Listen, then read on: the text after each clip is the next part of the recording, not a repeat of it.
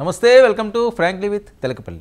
సమకాలీన రాజకీయ అంశాలు, లేటెస్ట్ పొలిటికల్ అప్డేట్స్ అందించడానికి మనతో పాటుగా సీనియర్ సంపాదకులు తెలకపల్లి రవి గారు సిద్ధంగా ఉన్నారు. రవి గారు నమస్తే సార్. నమస్తే వర్మ సార్, నిన్నటి నుంచి కూడా బాగా వైరల్ అవుతున్న అంశం ఒకటి, ఎవరికి అర్థం కాని అంశం కూడా. చంద్రబాబు గారు ఫోన్కి పవన్ కళ్యాణ్ గారు రెస్పాండ్ అవ్వట్లేదట, లేకపోతే చంద్రబాబు నాయుడు గారు ఫోను డిప్యూటీ సీఎం గారికి అసలు కలవట్లేదా. వీళ్ళ ముఖ్యమంత్రి గారిని పై ఉప ముఖ్యమంత్రి గారు అలిగారు, వీళ్ళ మధ్య గ్యాప్ పెరిగిపోతున్నది. సార్ ఇవన్నీ వినడానికి చాలా బాగుంటాయి. దీని మీద తెలుగుదేశం వెర్షన్, జనసేన వెర్షన్ పూర్తి భిన్నంగా ఉన్నాయి. మీరు చెప్పింది పరిశీలించడం కోసం నేను ఈరోజు జనసేన ప్రజాప్రతినిధి ఒక ఆయనకు ఫోన్ చేశాను. ఓకే. నేను ఫోన్ చేసినప్పుడు ఆయన ఫోన్ తీయలేదు. అంతా నేను వెళ్ళిపోయా, ఏదో పేపర్ చూసుకుని ఆ పనిలో ఉన్నాను. ఓ 10 నిమిషాల తర్వాత ఆయన చేసినప్పుడు ఏంటిది ఈ దుమారం ఏంటి, ఎందుకు ఇంతగా ఇది రగిలిపోతుంది, నిజంగా పవన్ కళ్యాణ్కు లోకేష్ గారు దూరం పెరిగిందా, లేదా చంద్రబాబు ఫోన్ చేస్తే ఎత్తనంత పరిస్థితి అంటే ఆయన సార్ సింపుల్ సార్, ఇప్పుడు ఇందా మీరు ఫోన్ చేశారు నేను ఎత్తలేదు, నేను వస్తూనే ఫోన్ చేశా కదా. కాబట్టి పవన్ కళ్యాణ్ గారు ఎక్కడైనా ఉన్నప్పుడు ఫోన్ చేస్తే ఒకవేళ ఒకసారి ఎత్తకపోయి ఉండొచ్చు, మళ్ళీ వచ్చి ఎత్తుండొచ్చు కూడా. అంతేగాని పవన్ కళ్యాణ్ గారికి చంద్రబాబు మీద అత్యంత గౌరవం ఉంది. ఆయన ఫోన్ ఎత్తకపోవడాలు ఇట్లాంటి విషయాలు ఇట్లాంటివి ఏమీ జరగవు. కానీ పవన్ కళ్యాణ్ కొన్ని పద్ధతులు అయితే పాటిస్తారు. ఆయన రాజకీయ జీవితము, వ్యక్తిగత జీవితము, సినిమా జీవితము, ఈ మూడింటిని చాలా స్పష్టమైన రేఖలతో ఆయన నడిపిస్తారు. ఈవెన్ మాలాంటి వాళ్ళకు కూడా మేము ఏ సెక్షన్లో ఉన్నామో ఆ సెక్షనే మాకు తెలుసు, కానీ రెండో సెక్షన్ ఏంటో మాకు తెలీదు. పవన్ కళ్యాణ్ అంత constructive and planned life style. అందుకని చంద్రబాబు ఫోన్ ఎత్తనంత దూరం వాళ్ళ మధ్య లేదు. ఒకవేళ అటువంటి జరిగి ఉంటే ఏదైనా యథాలాపంగా క్యాజువల్గా జరిగి ఉండవచ్చు. ఇంకా లోకేష్ పవన్ కళ్యాణ్ గురించి చాలా కథలు నడుపుతున్నారు పెద్ద ఎత్తున, అవన్నీ మేము కూడా గమనిస్తున్నాం. వాళ్ళు చాలా బాగానే ఉంటారు, చాలా చక్కగా మాట్లాడుకుంటారు. ఆయన ఏదంటే ఆయన తరఫున 15 మంది, ఈయన తరఫున 15 మంది రావడానికి కూడా చాలా సిద్ధంగా ఉన్నారు. అందుకని కొంతమంది కోరుకుంటూ ఉంటారు ఇట్లాంటివి జరిగితే బాగుందని, వాళ్ళు చెప్పేవి తప్ప పవన్ కళ్యాణ్ గారికి పూర్తి స్పష్టతతో ఆయన చేస్తూ ఉన్నారు అని వాళ్ళ వైపు నుంచి ఖండిస్తున్నారు. అలాగే ఈ దక్షిణాది పర్యటన, ఈ ఆలయాలు ఇవన్నీ ఏంటి దీంట్లో అంటే, ఇది పూర్తిగా రాజకీయ వ్యక్తిగతం కాబట్టి దీంట్లో రాజకీయ ప్రమేయం వద్దు అని ఆయన చాలా ఖచ్చితమైన గీత గీశాడు, ఒక లక్ష్మణ రేఖ గీశాడు ఆయన. ఈ లక్ష్మణ రేఖ ప్రకారం ఆయన వ్యక్తిగతంగా ఆయన తిరుగుతారు, తిరిగిన తర్వాత ఆయన చెప్పదలుచుకొని చెప్తారు, కానీ దీని మీద ఇంకా ఏమీ ఉండదు. మూడో విషయం ఏమంటే, ఇవన్నీ చాలా విషయాల్లో ఇప్పుడు బయట జరిగే చాలా వాటికి చర్చ రేపు 16, 17 కదా, 16, 17 మా సమావేశాలు అయిన తర్వాత ఇలాంటి వాటన్నిటికీ పవన్ కళ్యాణ్ చాలా విజయవాడలో చాలా స్పష్టమైన సమాధానం, క్లారిటీ అన్నీ వచ్చేస్తాయి. వీటన్నిటికి కూడా మేము సమాధానం చెప్తాము. ప్లీనరీ విస్తృత సమావేశం పెట్టాలి అని మేము అనుకున్నాము, అలా ప్లాన్ కూడా చేశాము. కానీ అది అనుకోకుండా ఆలస్యమై ఫిబ్రవరి దాటిపోతుంది. విజయవాడ ఈ చుట్టుపక్కల ఎండల్లో, మేము అన్నీ మంగళగిరిలో చేస్తుంటాము, ఈ ఎండలు ఇవన్నీ దృష్టిలో పెట్టుకున్నప్పుడు అంత విస్తృత సమావేశం కాకుండా మా అంతర్గత సమావేశంలాగే దాన్ని జరిపే ప్లీనరీ కొంత వాయిదా పడవచ్చు. ఓకే, నార్మల్గా జరిపి మేము అప్పుడు ఈ విషయాల మీద చాలా క్లారిటీ ఇస్తాము. మా వైపు నుంచి మేము ఎలాంటి ఇది లేదు. అందుకని ఫోన్ ఎత్తకపోయారు కాబట్టి ఎవరైనా కథలు చెప్తే ఫోన్ ఇలాంటి నెమ్మదిగా మొత్తం అంతా కక్కించారు. ఏది లేదు చెప్పి నేను 3 విషయాలు చెప్పాను. ఇంకోటి, ఇది ఎమ్మెల్సీ ఎలక్షన్స్ కోసం అని బయట ప్రచారం కూడా జరుగుతుంది, అంతే కదా, ఈ 2 సీట్లలో. అంటే మూడోది కూడా ఉంది, అంటే ఆయన లేనప్పుడు నాదెళ్ల గారు చూస్తున్నారు, ఇంకోరు చూస్తున్నారు, ఇటువంటివి. అంటే అలాంటి చూడాలి అవి ఏం లేవు. ఆయన ఎవరికి ఏమి ఇచ్చిపోయింది ఏం లేదు. ఆయనంతగా ఆయన వ్యక్తిగతంగా సంపూర్ణ దక్షిణ దేశ యాత్ర అనేదానికి వెళ్ళారు, ఎప్పటి నుంచో అనుకుంటున్నది. ఇంకో పెద్ద అంశం కూడా ఉంది, ఆయనకి మధ్యలో ఆరోగ్య సమస్య కూడా కొంత వచ్చింది. ఆయనకు అప్పుడప్పుడు కూర్చుంటే కొంచెం ఇది వస్తుంటుంది. అవి మేము దాని మీద కూడా అనేక కథనాలు వస్తుంటే వాటి మీద స్పష్టత ఇద్దాము అని ఒక ప్రకటన కూడా మేము తయారు చేసాము. కానీ ఇలాంటి వాటికి ఎన్నిసార్లు మేము ఖండిస్తాము. సోషల్ మీడియాలో ఏం పని లేదు, ఇవే వాళ్ళు మాట్లాడుతూ ఉంటారు. వెళ్తే మీలాంటి వాళ్ళు ఏదో చెప్తే ఏదో వస్తుంటుంది. కాబట్టి దీని మీద ఇంకా క్లారిటీ ఇవ్వడం కూడా అనవసరం. పవన్ కళ్యాణ్ గారి ఆచరణ, ఆయన పర్యటనే వీటికి సమాధానం. ఆయనకు సమస్య కొంత అప్పుడు సఫర్ అయ్యారు, కొంత బయటపడ్డారు. అందుకని వెళ్ళారా లేదా ఇట్లాంటి వాటికి అన్నిటికీ ఉద్దేశాలు ఆపాదిస్తే కుదరదు అనేది లేదు. అదేం లేదు. ఆయనకు చంద్రబాబు పట్ల గౌరవప్రదమైన సంబంధాలు, చాలా గౌరవిస్తున్నారు ఇప్పటికి కూడా. అంటే ఇది ఏ శివుని నుంచి బయటకు వచ్చింది సార్ ఈ పొగ? ఇప్పటి వరకు నేను ఒక వెర్షన్ చెప్పాను, నేను రెండో వెర్షన్ చెప్తాను. వేరే వాళ్ళతో కూడా కక్కించారా? బాబు కక్కించలేండి బాబు, అడగటం ఎవరైనా ప్రజలకు సాధారణంగా వర్మ నేను ఒక విషయం చెప్తాను, నేను ఎప్పుడు ఏది ఊహాగానాల మీద మాత్రం ఎప్పుడు చెప్పను. అంచనా ఉండే నా అంచనా ఇది, ఇలా అవసరం కూడా మీకు లేదు. ఒకటే దానికి సంబంధించిన సమాచారం కానీ స్పష్టత కానీ ఉంటే, ఉదాహరణకు చిరంజీవి రాజకీయాలకు వెళ్ళరని నేను ఎన్నోసార్లు చెప్పా. మరి ఆయనే జై జయన్సన్ అంటే నేనే చేస్తాను మళ్ళీ ఆ పరిస్థితిలో. నేను ఈ వీడియో ఆయన దగ్గరికి కూడా వెళ్ళినట్టున్నది, చిరంజీవి గారి దగ్గరికి. చిరంజీవి గారికి కూడా పంపించావు. సరే చూడండి, నేనే ఇంకొకటి కూడా నిన్న మనం చర్చించిన దాంట్లో కూడా ఇప్పుడు ఆ మహిళలకు సంబంధించి చేసిన రెఫరెన్స్ వారసత్వం అన్నారు కదా, అక్కడ మహిళలు చాలా బాధపడుతున్న విషయం. ఇప్పుడు అశ్వనీ దత్ ఉన్నాడండి, ఆమె స్వప్న దత్ ఉన్నారు, కల్కి లాంటి సినిమాలు తీసి వాళ్ళ నాన్న ఇది కలిసి. కాబట్టి అమ్మాయిలు ఉంటేనే వారసత్వమే, అబ్బాయిలు ఉంటేనే వారసత్వమే ఉంది, అమ్మాయిలు ఉన్న వారసత్వమే కదా అని నేను అన్నమాటే. ఇన్సిడెంటల్గా సిపిఎం నాయకురాలు, మహిళా నాయకురాలు బృందా కరత్ కూడా అన్నారు. చిరంజీవి ఆ మాటలు లైటర్ వెయిన్లోనే అని ఉండొచ్చు, కానీ వాటి వల్ల వచ్చే మెసేజ్ సీరియస్ మెసేజ్ అవుతుంది అని. ఇది చిరంజీవి సమస్య. మనం అక్కడికి తీసిపోయారు మీరు నన్ను, మళ్ళీ బ్యాక్ టు చిరు. చూద్దాం, ఆయన వివరణ ఇస్తారేమో అని నేను అనుకుంటున్నా. ఆయన తప్పకుండా వీడియో మీద ఏమైనా స్పందించి దీన్ని ఎక్కడైనా ఉన్నారేమో బిజీలో, నాకు తెలియదు. అంత వెంటబడారని కూడా నేను, మీకు తెలుసు కదా. రెండోదేమో తెలుగుదేశం వెర్షన్ మటుకు కొంచెం తేడాగా ఉంది పవన్ కళ్యాణ్ విషయంలో. అంటే మేము జనసేనకు పవన్ కళ్యాణ్ గారికి మేము అన్నీ ఇవి ఇస్తున్నాము, పూర్తి స్థాయిలో ఇదంతా చేస్తున్నాము, కానీ ఎందుకో కానీ జనసేనాని మటుకు ఈ ప్రభుత్వం యొక్క పనులు జరిగే అనేక పరిణామాలు పూర్తిగా తన బాధ్యత అన్నట్టుగా ఆయన వ్యవహరించట్లేదు. ఓకే, ఆ ప్రభుత్వం జరుగుతుంది, నేను నా పాత్ర నాది శ్రీకృష్ణుడిలాగా. ఇది మన ఆయనమ్మ చెప్పేదిలే, సంసారంలో నీవు ఉండాలి కానీ నీలో సంసారం ఉండకూడదు అని, ఒక అటాచ్మెంట్లో డిటాచ్మెంట్ అని. సో ఆయన ప్రభుత్వంలో ఉన్నారు, ముఖ్య స్థానంలో ఉన్నారు, అవన్నీ చేస్తున్నారు. కానీ ఈ నిర్ణయాలు మటుకు చంద్రబాబు లోకేష్ తీసుకుంటున్నారు. నేనేమి వీటన్నింటికీ నేను పార్టీ కాదు అన్న పద్ధతిలో ఎక్కడో చిన్న గ్యాప్ వస్తూ ఉందని మటుకు మా వాళ్ళకి కొంచెం సందేహం ఉంది. ఈ గ్యాప్ అయితే మటుకు పోవడానికి ఏం చేస్తారో ఎలా చేస్తారో తెలీదు. బీజేపీ ఎప్పుడు వాళ్ళ రాజకీయాలు వాళ్ళు చేస్తూనే ఉంటారు కదా. కాబట్టి జనసేన లేదా జన సైనికులు లేదా పవన్ కళ్యాణ్ ఏమీ లేదని వాళ్ళు భావిస్తుండొచ్చు, కానీ అలాంటి కొన్ని సంకేతాలు అయితే వస్తున్నాయి. ఇంకోటేమో పవన్ కళ్యాణ్ ఏమనకపోయినా ఆయన బాగానే ఉన్న కింద ఉన్నవాళ్ళు మా వాడికి ఏదో మా వాళ్ళకి జరగలేదు మా నాయకుడికి అని ఇలాంటి అసంతృప్తులు వ్యక్తం చేయటము, వాళ్ళ శక్తికి మించి పదవులు కోరుకోవటం, వీటి వల్ల కూడా గ్యాప్ పెంచుతున్నారు. సరే మీ మీడియా ఉంది కదా, అన్నిటికీ కూడా మీడియా మీదకి తోసేస్తే సరిపోతుంది కదా.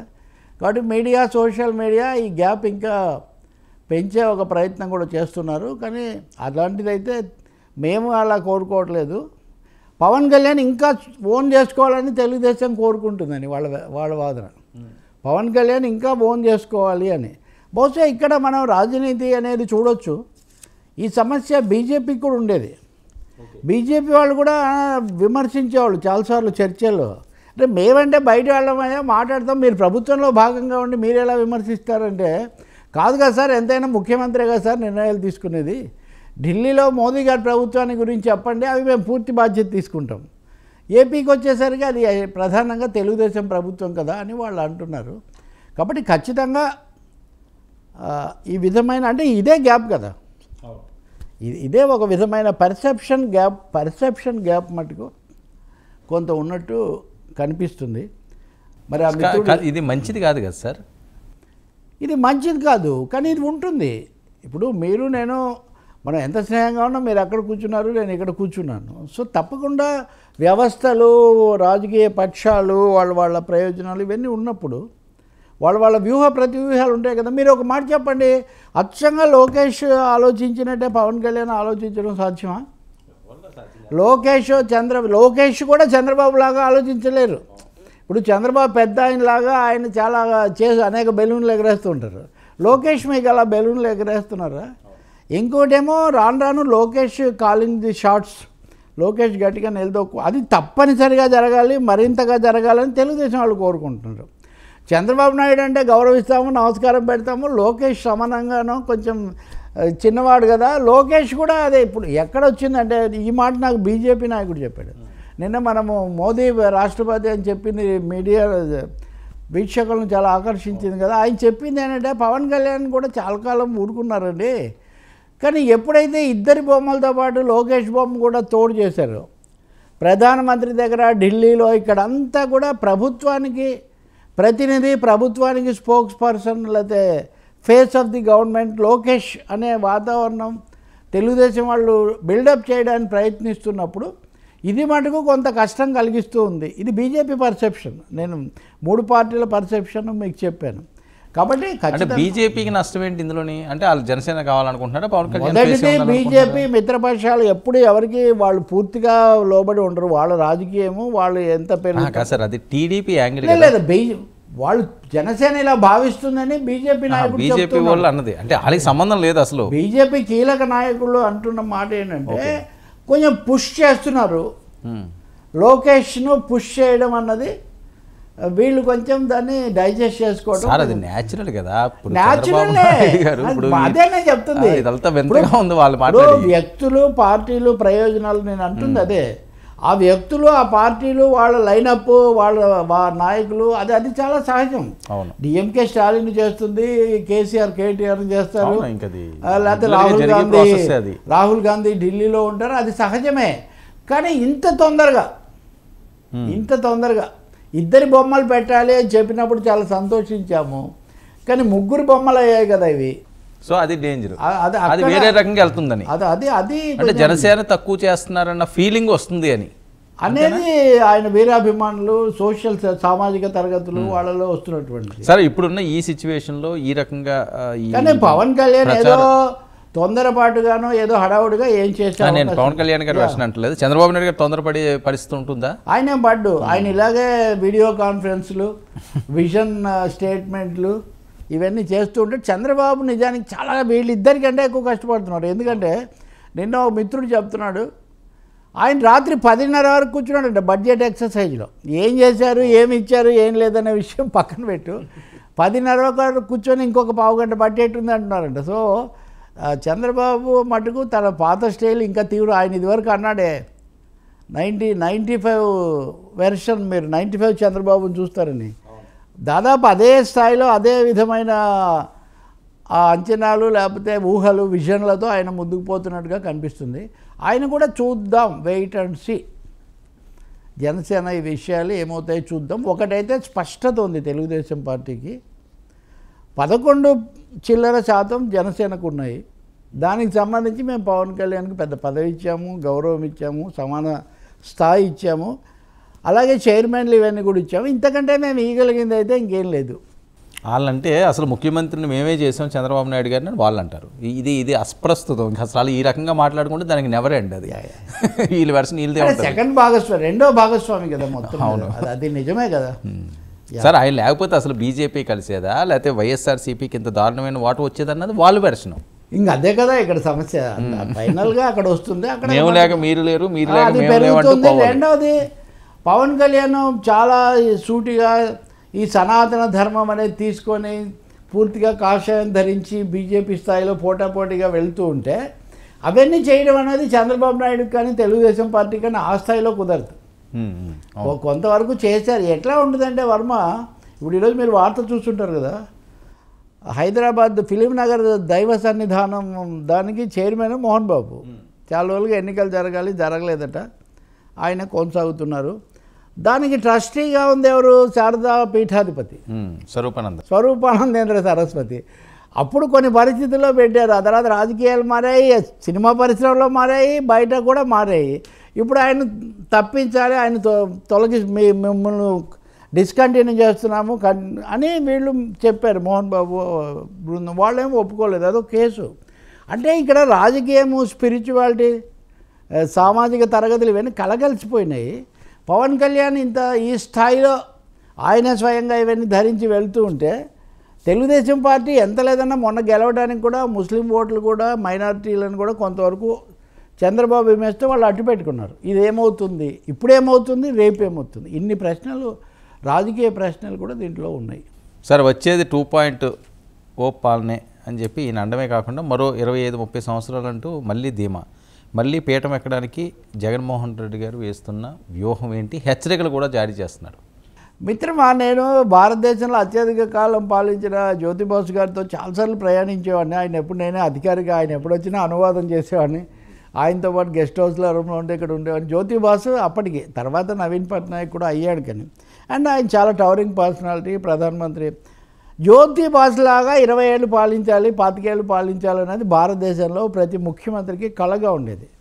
నేను ఇవన్నీ ఎందుకు చెప్పానంటే, జ్యోతిబాసు ఎంత నిరాడంబరంగా, ఎంత ఇదిగా ఉండేవాళ్ళంటే అసలు ఒక పటాటోపం కానీ ఏమి చూడం ఆయన just administration, public welfare, what is possible, what is not possible, ఇంతవరకే ఉండేవాడు ఆయన ప్రగల్భాలు పలకటమో లేకపోతే కళలు కనటమో నేను ఎప్పుడు చూడలేదు. మనం ఏదైనా ఒకవేళ బూస్ట్ ఇద్దామని చూస్తే కూడా వెంటనే కట్ చేసేవాళ్ళు. అదేలా అది కుదరదు కదా దీంతో. కానీ చంద్రబాబు నాయుడు 95 అయిన తర్వాత జ్యోతిబాసు లాగా 25 ఏళ్ళు పాలించడం నా కళ అని అంటుండేవాడు. ఇక జగన్ అయితే ముందు నుంచి ఆ ఫోటో ఉండాలి అని ఈ పద్ధతిలో. ఓడిపోయిన తర్వాత ఇప్పుడు జగన్ ముందున్న ప్రశ్న 25 ఏళ్ళు కాదు, ముందు ఈ 4 ఏళ్ళు గడిపి తర్వాత 5 ఏళ్ల తర్వాత ఎన్నికలైనా ఎదుర్కోవాలనేది ఆయన ముందున్న ప్రశ్న. కాబట్టి ఆ సీన్కు అంత సీన్ లేదంటారు. ఇప్పుడైతే అంత ఈ సీన్ అది కాదు. జగన్మోహన్ రెడ్డి మాట్లాడుతున్న ఈ సీన్ 25 ఏళ్ల సీన్ కాదు. ఇప్పుడు ముఖ్యంగా మిగిలిన కాలాన్ని ఎలా గడపాలి దానికి వదిలేసి, అంటే ఇంకో మాట కూడా అన్నారు ఈయన. అప్పుడు ఏమన్నారు, ఓడిపోయాక మొదటిసారి మీడియాతో మాట్లాడినప్పుడు కళ్ళు మూసుకుంటే 5 ఏళ్ళు అయిపోతాయన్నారు. ఈ కళ్ళు మూసుకోవడం ఏంటో తెరవడం ఏంటో, అసలు ఎవరైనా కళ్ళు ఎలా మూస్తారో, ఏ పాలిటీషియన్ కెనాట్ బ్లింక్ అంటారే. నిన్న ఆయన ఏమంటున్నారంటే కళ్ళు మూసుకుంటే 9 నెలలు అయిపోయాయి కదా అంటున్నారు. మైకోస్కీ అనే ఒక రష్యన్ పోయిట్ అంటాడు, వారానికి 7 రోజులు మనకి, రోజుకి 24 గంటలు, వాడుకో మానుకో అంతే జీవితం, హఠాత్తుగా వస్తుంది మృత్యువేదో అంటాడు. సో ఎవరు వాడుకున్నా వాడుకోకపోయినా కాలం సామ్యం అది. కాబట్టి ఆయన కళ్ళు మూసుకుంటే, మీరు కళ్ళు మూసుకున్నా తెరుచుకున్నా కెమెరా పెట్టుకున్నా లైవ్ పెట్టుకున్నా 9 నెలలు అయిపోతాయి. ఎందుకంటే క్యాలెండర్ ఏమీ తాడేపల్లిలో తయారు కాదు కదా. కాబట్టి అది ఆ మాటలకి ఏమీ పెద్ద తీవ్రమైన అర్థము లేదు. రెండవది, ఆ బటన్ నుంచి ఇంకా బయటికి రాలేదు.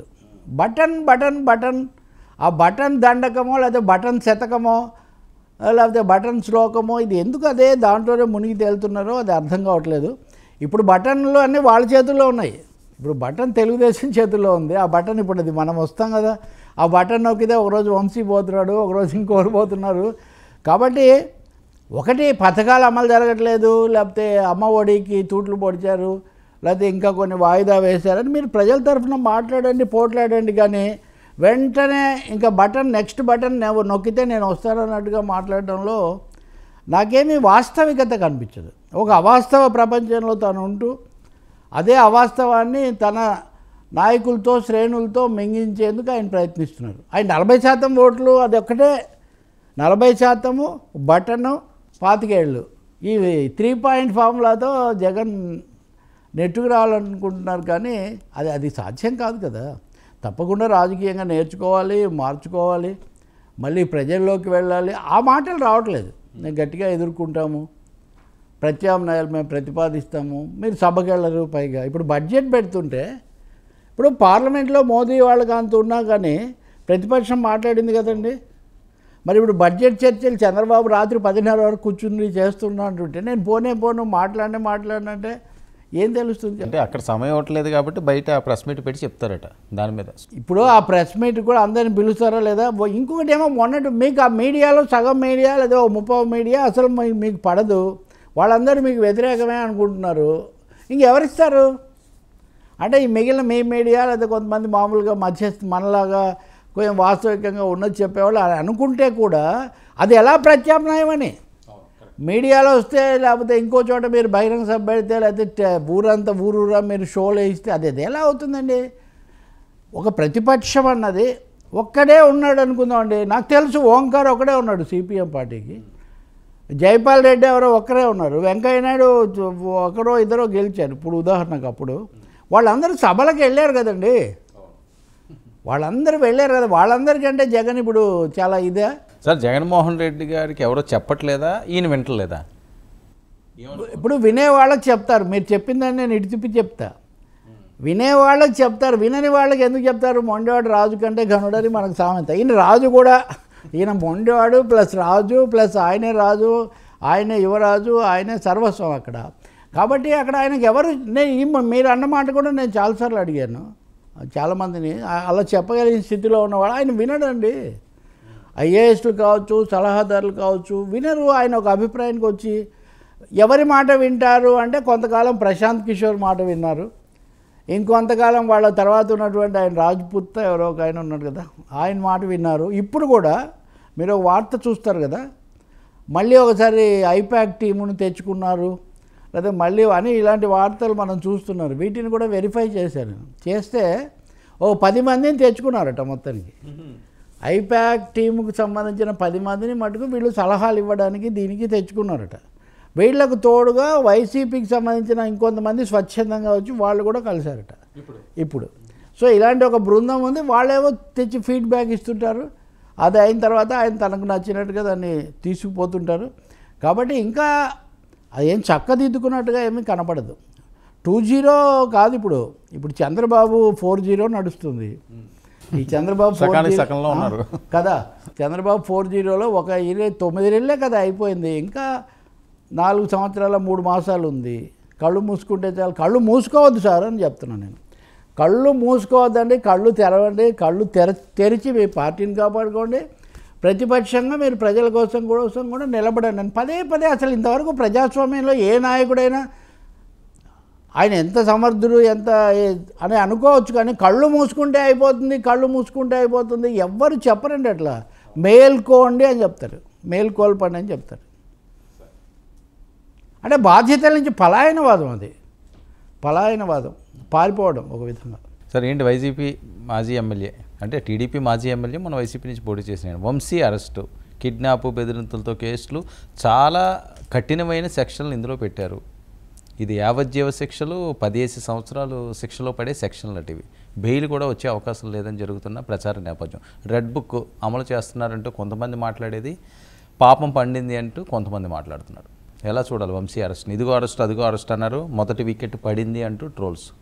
అంటే చాలా కాలంగా వంశీ, కొడాలి నాని వీళ్ళిద్దరూ చాలా కీలకంగా చంద్రబాబు మీద, చంద్రబాబు కుటుంబం మీద ఆ దూషణలు అనండి భాషలో, మిగతా వాళ్ళు కూడా అలాగే అని ఉండొచ్చు, కానీ వీళ్ళు బాగా హద్దు మీరి శృతి మించారన్నటువంటి అభిప్రాయం జనంలో పూర్తిగా ఉంది. అందులో భువనేశ్వరి గురించినటువంటి వ్యాఖ్యలు వీటి మీద నేను చాలాసార్లు చెప్పాను, మళ్ళీ కూడా చెప్తాను. వాటిని మొట్టమొదట ఖండించిన వాళ్ళలో నేను ఉంటా. అప్పటికి ఇంకా తెలుగుదేశం కూడా టేకప్ చేయకముందే. కానీ ఆయన ఎప్పుడు వాటి గురించి అస్సలు మళ్ళీ ఆలోచించుకోవడము, పొరపాటని పశ్చాత్తాపడటం ఎప్పుడు జరగలేదు. అది కాకుండా ఒకటి గుర్తుపెట్టుకోవాలి వర్మ, వంశీ తెలుగుదేశంలో ఉన్నప్పుడు కూడా తరచూ పోలీస్ స్టేషన్కి పిలిపించడము ఇట్లాంటివన్నీ జరుగుతుండే. చాలా రోజులుగా ఆయన, అంటే ఆ రంగా వాళ్ళ యుగం అయిపోయిన తర్వాత, రంగా నెహ్రూ వాళ్ళది అయ్యాక కూడా వంశీ ఆ సంస్కృతిని కొనసాగిస్తూ వచ్చాడు ఒక పద్ధతిలో. మధ్యలో ఒకసారి రాధా దగ్గరకు పోయిన ఇది కూడా ఉంది. చాలా ఆయన చుట్టూ చాలా డ్రామాటిక్ నాటకీయమైన పరిణామాలు జరుగుతూ వచ్చాయి. బహుశా ఈ ఎపిసోడ్లో పొద్దునుంచి మన పటాభే ఎక్కువగా మాట్లాడుతున్నాడు. ఈ ఎపిసోడ్లో కౌంటర్ హీరో ఎవరైనా ఉంటే పటాభే. ఎందుకంటే ఆయన ఆ రోజు చాలా గన్నవరం వెళ్ళటము, గన్నవరంలో వెంకట్రావు ఉన్నప్పటికీ కూడా ఈయనకు కూడా ముచ్చట ఉండేది పోటీ చేయాలని.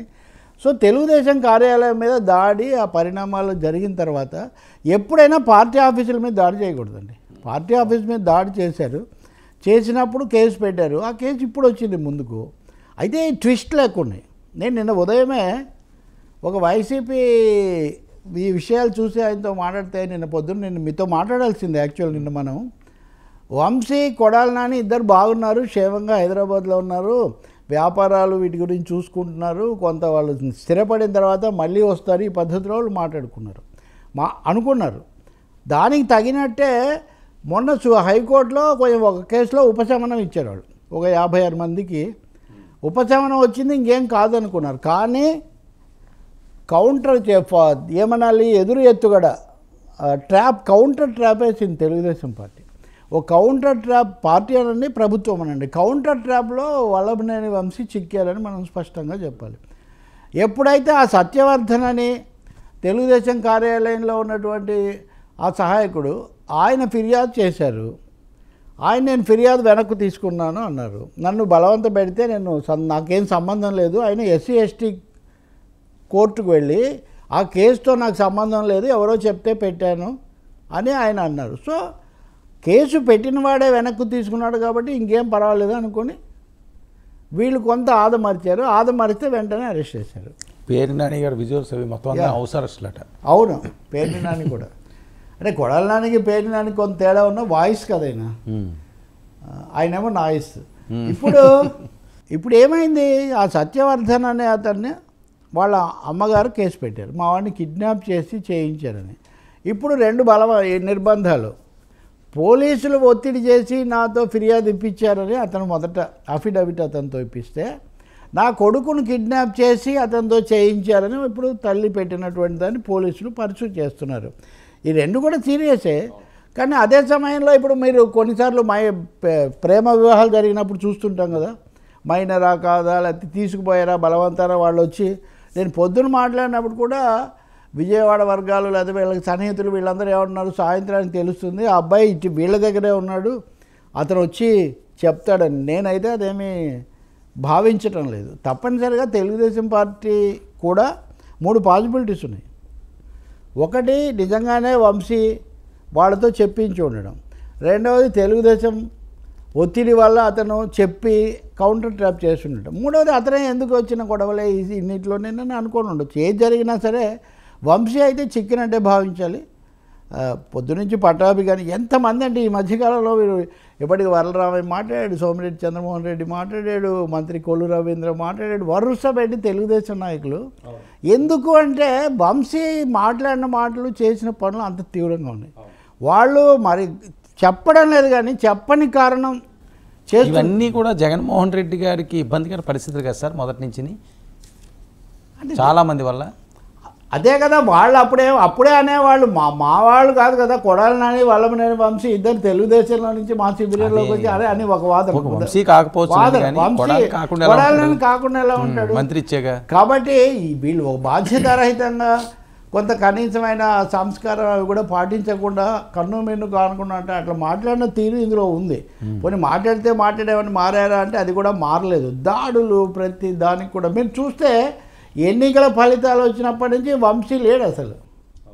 అంతకుముందు అంత పెద్ద విగ్రహంతో కనిపించే వివాదాలతో కనిపించే మనిషి కాస్త ఒక్కసారిగా ఆయన కోసం మీడియా వాళ్ళు సోషల్ మీడియా వాళ్ళు చాలా ప్రయత్నాలు చేసినా ఆయన ఎప్పుడు రాలేదు. ఇప్పుడు పెట్టిన సెక్షన్స్ కూడా తీవ్రమైనవే.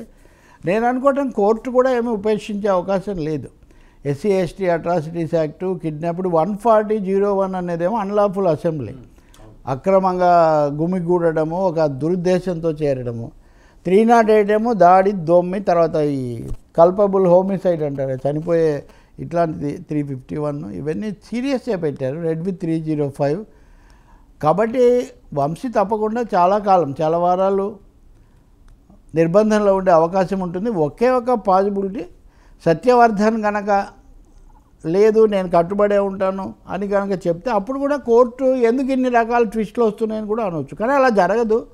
తెలుగుదేశం వాళ్ళు చెప్పే ప్రకారం వాళ్ళు ఏమంటారంటే పొద్దునుంచి మాట్లాడుతున్నారు కూడా, అతను కారులో ఉన్నాడు, కారులో ఉండి దగ్గరుండి అబ్బాయితో ఈ విత్డ్రాయల్ స్టేట్మెంట్ ఇప్పించాడు అనేది వాళ్ళ ఆరోపణ. కారులో కూర్చుంటే ఇంకేం చేస్తాడు అబ్బాయి, ఒక విధమైన ఒత్తిడికి గురయ్యాడని. మొదటిది, ఇప్పుడు మీరు ఎప్పుడైతే అవతల ఒత్తిడి పెట్టారని మీరు ఫిర్యాదు ఇప్పించారో, మీరు ఒత్తిడి పెట్టారని ఫిర్యాదు ఇప్పించడానికి కూడా ఒక అవకాశం మీరే కల్పించారు.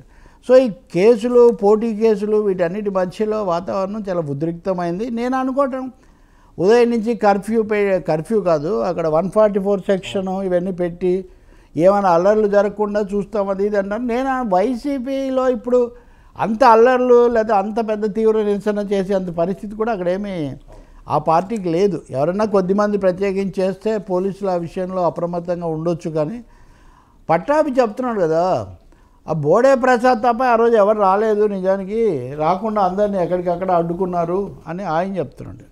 అలాగే వెంకట్రావు ఆయన ఇప్పుడున్న ఎమ్మెల్యే వల్లభనేని తర్వాత వచ్చిన ఆయన, ఇంకా చాలా కేసులు ఉన్నాయి, ఇవన్నీ 4 కేసులన్నా ఉన్నాయి కనీసం ఈయన మీద.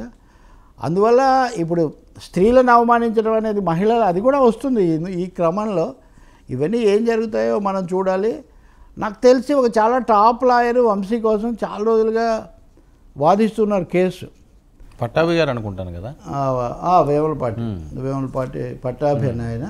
అది ఈ కేసు కాదు అనుకుంటాను, అది మొదటిది. అదే ఏదో ముందస్తు బెయిల్ ఏదో తెచ్చుకోవడం కోసం చాలా కాలం మన టీడీపీ ఆఫీస్పై దాడి అనే అంశం మీద ఆల్రెడీ ముందస్తు బెయిల్ ఉందండి అతనికి. ముందస్తు బెయిల్ ఉంది. అందుకనే ఏమైంది మీరు చూడండి, ఇది వీళ్ళు డిఫరెంట్ స్ట్రాటజీ అనుసరిస్తుంది ప్రభుత్వం. మీరు ఇప్పుడు సునీల్ కుమార్ని అరెస్ట్ చేసిన కేసు కానీ, అంతకుముందు ఇంకొక ఆయన సంజయ్ని ఏ కేసులో అరెస్ట్ చేశారు? ఆర్థికంగా కొన్ని లక్షలు ఏదో కాజేశారని.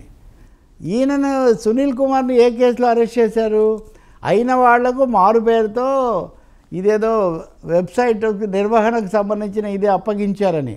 అంటే ఏ కేసులో అరెస్ట్ అవుతామని వాళ్ళు ప్రిపేర్ అవుతున్నారో, దేంట్లో ముందస్తు తెచ్చుకుంటున్నారో దానికంటే అది కాకుండా భిన్నమైన కేసులో వాళ్ళు అరెస్ట్ చేయడం అనేది ఇక్కడ తప్పకుండా ట్రాప్లో పడ్డారని చెప్పాలి వంశీ. ఆ ట్రాప్ ఏంటంటే కౌంటర్ కేసు వస్తుందని ఆయన ఎక్స్పెక్ట్ చేయలేదు. వాళ్ళ తల్లిగారు మళ్ళీ ఆమె ద్వారా వస్తుందని. ఈ అబ్బాయి ఇప్పుడు 2 కేసులు అవుతాయి. ఏది? దాడి కేసు ప్లస్ అతన్ని మళ్ళీ కిడ్నాప్ చేసి కౌంటర్ కేసు పెట్టించడం. సో ఇంకా తీవ్రం అవుతుంది. ఇంకా ఏమేమి యాడ్ అవుతాయో, ఏమేమి ఫిర్యాదులు వీళ్ళు తీసుకుంటారో కూడా మనకు తెలియదు. దీనికి కొనసాగింపు ఉంటుంది అనుకోవచ్చండి.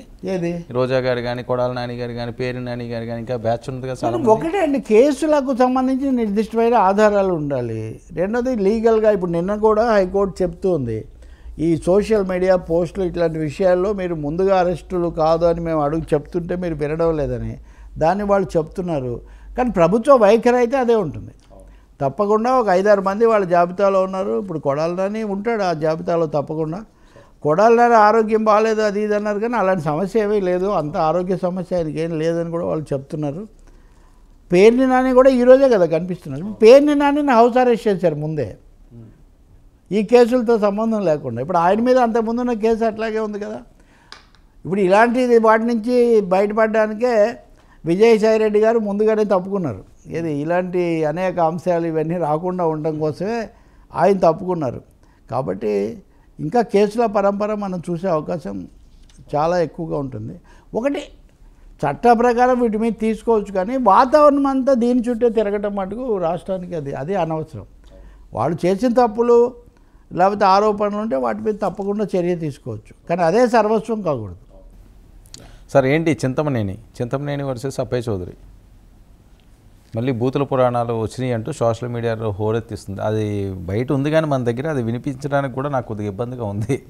నిజంగా అంటే ప్రజాప్రతినిధులు అయిన వాళ్ళు, ఎమ్మెల్యేలు, ఎంపీలు, లేకపోతే మాజీ మంత్రులు, ఇలా రకరకాల వాళ్ళు ఈ విధమైన వివాదాల్లో చిక్కుకోవడము, బూతులు తిట్టడం. ఇప్పుడైతే డ్రైవరు కనీసం అది కూడా కాదు, డ్రైవర్కి ఆరోగ్యం పెట్టడం. ప్రతి పెళ్లి దగ్గర ఎక్కడికి మనం ఏ ఫంక్షన్కి వెళ్ళినా కానీ తప్పకుండా కొంత అన్నీ ఉంటాయి, కానీ ఎప్పుడు తగాదా పెట్టుకుందాం, ఎదుటి వాళ్ళ మీద ఎలా దాడి చేద్దాం. ఇప్పుడు అబ్బాయి చౌదరి పేరుకు తగినట్టే వైసీపీలో చాలా అరుదైన ప్రతినిధి, అంతే కదా ఆయన ఒక దశలో. చింతమనేని ప్రభాకర్ కూడా హైలీ కాంట్రవర్షియల్. ఆ వనజాక్షి కేసు నుంచి పవన్ కళ్యాణ్ 2019లో అయితే కనుక మాట్లాడితే చింతమనేని మీదే పడుతుండేవాళ్ళు అప్పుడు. ఆ తర్వాత మార్పులు ఇవన్నీ చేర్పులు అన్నీ జరిగాయి, కానీ ఆయన దూకుడేం తగ్గలేదని నేను అనుకుంటాను. చింతమనేని ప్రభాకర్ దూకుడు కానీ ఆ దూషణ భూషణాలు కానీ వీటిలో ఏం మార్పు రాదు. ఆయన తగ్గేదేలా వీళ్ళంతా తగ్గేదేలా క్యాండిడేట్లు అండి, కానీ తగ్గుతారని తెలుస్తుంది కదా. ఇప్పుడు వంశీ కేసు చూసినా ప్రతి ఒక్కరు కూడా కాలాన్ని బట్టి మనం చేసే పనుల చేతలను బట్టి మనం వాటికి మూల్యం చెల్లించాల్సి వస్తుంది. నేర్చుకోవడం మంచిది, ఎందుకంటే దూకుడుగా వెళ్ళి ప్రతిసారి తగాదాలు పెట్టుకోవడం, బూతులు తిట్టడం, రెచ్చిపోవడం, రెచ్చగొట్టడం ఇవన్నీ ప్రజాస్వామ్యం కాదు, ప్రజలు కోరుకోరు కూడా. కూటమి ప్రభుత్వం వచ్చాక కూడా చింతమనేనికి ఇప్పుడు 2-3 వివాదాలు వచ్చాయి. ఇప్పుడు అబ్బాయి చౌదరి ఏ మేరకు ఎదుర్కొంటాడో ఏం జరుగుతుందో మనకు తెలియదు, కానీ పైగా కారు నిజంగా అడ్డం ఉందా లేదా డ్రైవర్ మనకి ఎక్కడ తెలుసు. మనమేమి ట్రాఫిక్ పోలీసులాగా అక్కడ పాత్ర మనం నిర్వహించలేం కదా. అంటే ఏం లేదు, ఇంకా అబ్బాయి చౌదరి గారిది కారు అనుకుంటే ఇంకేదో గొడవ ఉంటుంది అంతే కదా.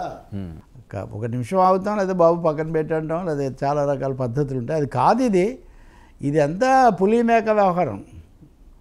రోల్స్ మారుతుంటాయి, పులులు మేకలు అవుతుంటాయి, మేకలు పులులు అవుతుంటాయి. అసలు ఈ పొలిటీషియన్స్ ఒక ఎమ్మెల్యే అయిపోతే లేకపోతే ఏదైనా ఒక అధికారం ఉండి ఏదో చైర్మన్ అయితే ఇంక మనకంటా పోటుగాడు ఎవడో లేరు, మనం ఏం చెప్తే అది నడుస్తుంది అనే వైఖరి అసలు ఏంటి, అసలు ఏమనుకుంటారు వీళ్ళు? చాలా దారుణం అండి అది. ప్రజాప్రతినిధులు అనేవాళ్ళు ప్రజలకు సేవ చేయడానికి ఒక 5 ఏళ్లకు వాళ్ళకు ఒక, అది కూడా రాజ్యాంగ రీత్యా పదవి ఇస్తారు తప్ప అంతకు మించి వాళ్ళకేం కొమ్ములు రావు. అవి సేవ చేయడం కోసము, మంచి చేయడం కోసమే కానీ ఇతరుల మీద పెత్తనం చేయడానికి, తగాదాలు పెట్టడానికి, బూతులు తిట్టడానికి, అధికారులను హడలు కొట్టడానికి ఎంత మాత్రం కాదు. కానీ ఆ స్పృహే కొరవడుతుంది. 1-2 సార్లు గెలిచేసరికి ఇంకా మాకు ఎదురు లేదనుకోవడం. ఎంతమంది ఇప్పటికి అలా ఎదురు లేదని విర్రవేగిన వాళ్ళు, కారే రాజులు రాజ్యములు గెలగవే వారేరి భువిన్ మూట కట్టుకొని పోవంజాలి ఎవడు మిగిలాడు చెప్పండి. కాబట్టి తప్పకుండా ఈ పోలీసులు, నేను చెప్పేది ఇలాంటి సందర్భాల్లో పోలీసులు తప్పకుండా ఖచ్చితంగా వ్యవహరించాలి. ఎవరు పొరపాటు చేశారు, ఎవరు చేయలేదు, ఏం చేస్తారు. అది పెళ్లి సందడి, అక్కడ ఎవరెవరు ఉంటారు బంధువులు, ఇదో న్యూసెన్స్, వాళ్ళేదో ప్రశాంతంగా పెళ్లి చేసుకుంటూ గౌరవానికి పిలిస్తే ఇప్పుడు ఒకటి గుర్తించాలండి. ఇప్పుడు రాత్రి నేను తమ్మినేని వీరభద్రం గారి అబ్బాయి పెళ్ళికి వెళ్ళా. ఆ వాళ్ళు ఖమ్మం జిల్లా అయినప్పటికీ వీళ్ళందరిది ఒరిజినల్గా మందడం గుంటూరు జిల్లాట. అన్ని వివిధ పార్టీల వాళ్ళు, ముఖ్యమంత్రి కూడా వచ్చారు. వీళ్ళందరూ ఎవరిని ఏ పార్టీ అయితేనండి ఒక శుభకార్యంలో అందరు కలిసినప్పుడు మంచిగా మాట్లాడుకుంటారు, మళ్ళీ వెళ్ళిపోతారు. కానీ ప్రతి చోట రాజకీయము, ప్రతిరోజు వ్యక్తిగతమైన పంతాలు, తిట్లు, లేకపోతే అహంభావాలు ఇవి ఏమాత్రం కూడా మంచిది కాదండి. సోషల్ లైఫ్ను మనం, సామాజిక సుహృద్భావాన్ని మనం కాపాడుకోవాలి తప్ప రాజకీయ తేడాలు, కుల మత తేడాలు ఇవి అంతర్గతంగా కలిసి మెరగడానికి ఏమాత్రం ఆటంకం కాకూడదు. పెళ్లి దగ్గర ఇదంటే అదే బాధ కలుగుతుంది మనకు. చూద్దాం మరి ఏం మాట్లాడతారో. Thank you so much Ravi గారు. ఇది ఈనాటి frankly with Telakapalli. Station to 99 news.